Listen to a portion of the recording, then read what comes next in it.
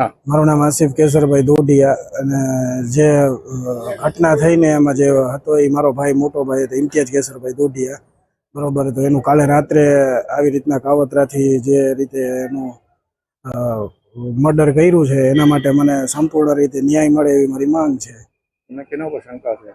મને શંકા એક વૈભવ ચાવડા નામના શખ્સ માટે છે અને એક યોગેશ ભીખાલાલ પરમાર ઉર્ફે લાલો એના ઉપર મને શંકા છે. હાલ કઈ રીતે શું બનાવ બન્યો હતો?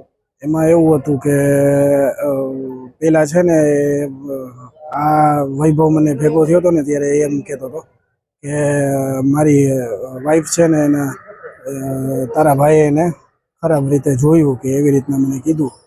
તો અમારે એની સાથે જૂનો સંબંધ હતો. તો એમ કીધું કે મેં એમને એમ કીધું કે આપણે સંબંધ છે તો અંદરો અંદર વાત કરીને પતાવી લઈએ એમ. તો પછી 10-12 દિવસ પહેલા અમારે બેને જે વાત થઈ હતી આ વાત હતી. પછી કાલ રાત્રે આ બનાવ બન્યો. આવી ગયા બધાય?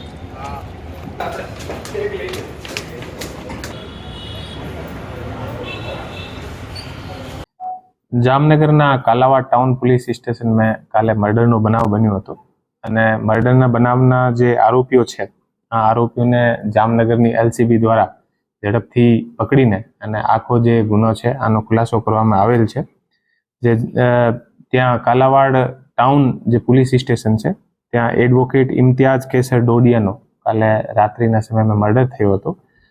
અત્યાર સુધી અમારી જે તપાસ છે અમે જે મર્ડરનો જે કારણ સામે આવ્યો છે અમે જે એડવોકેટ ઇમ્તિયાઝ કેસર ડોડિયા છે આના જે આરોપી જે છે વૈભવ આની જે પરિવારના જે લોકો હતા આની સાથે ગેરકાયદેસર જે સંબંધ હતા, પ્રેમ સંબંધ હતા.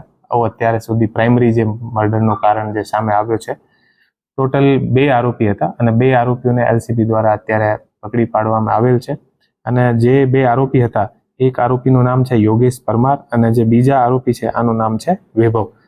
એ 2 આરોપી અત્યારે જે પોલીસ દ્વારા ડિટેન કરવામાં આવેલ છે અને આગળની જે તપાસ છે આ ચાલુ છે. અને હું એલસીબીની આખી ટીમને બધાઈ આપું છું કે એટલી ઝડપથી જે એક સિરિયસ ગુનો હતો આને શોધી કાઢેલ છે અને જે બંને આરોપી જે છે આ બંને આરોપીને અત્યારે ડિટેન કરેલા છે અને આગળની બધી જે તપાસ છે અત્યારે ચાલુ છે.